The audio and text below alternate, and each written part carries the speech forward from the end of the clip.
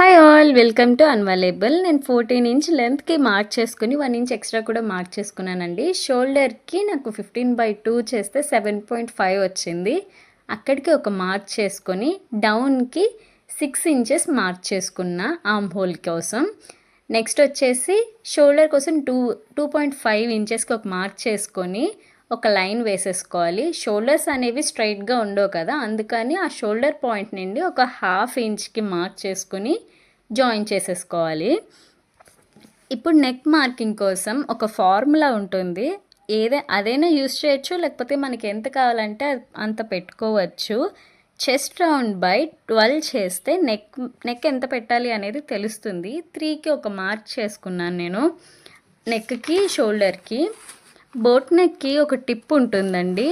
Shoulder నుండి 1/2 inch and neck నుండి 1/2 inch చేస్తే పర్ఫెక్ట్ బోట్ నెక్ అనేది షేప్ వచ్చేస్తుంది. ఇలా ఆర్మ్ హోల్ కర్వ్ యూస్ చేసి బోట్ నెక్ షేప్ తీసుకుంటే పర్ఫెక్ట్గా వచ్చేస్తుంది. నెక్స్ట్ వచ్చేసి డోరీ కోసం 1/2 ఇంచ్ మార్క్ చేసుకోవాలి కిందకి ఓపెన్ కోసం. నెక్స్ట్ వచ్చేసి కిందన మనం లైన్ వేసుకున్నాం కదా, అక్కడి నుండి బ్యాక్ ఓపెన్ కోసం ఒక 4 ఇంచ్ మార్క్ చేసుకొని డోరీ నుండి ఇంకా బ్యాక్ ఓపెన్కి ఒక మార్క్ పెట్టుకొని సెంటర్లో ఒక పాయింట్ పెట్టుకోవాలి. అక్కడి నుండి ఒక 3 ఇంచెస్కి డైమండ్ షేప్ కోసం ఒక మార్క్ చేసుకోవాలి. డ్రా చేసుకుని షేప్ అనేది స్కేల్ యూస్ చేసి డ్రా చేసేసుకోవాలి. ఇంతేనండి, బ్యాక్ నెక్ మార్కింగ్ చూసాం కదా. నెక్స్ట్ ఆర్మ్ హోల్ కర్వ్ ఎలా డ్రా చేయాలో నెక్స్ట్ వీడియోలో చూద్దాం. Okay, bye bye.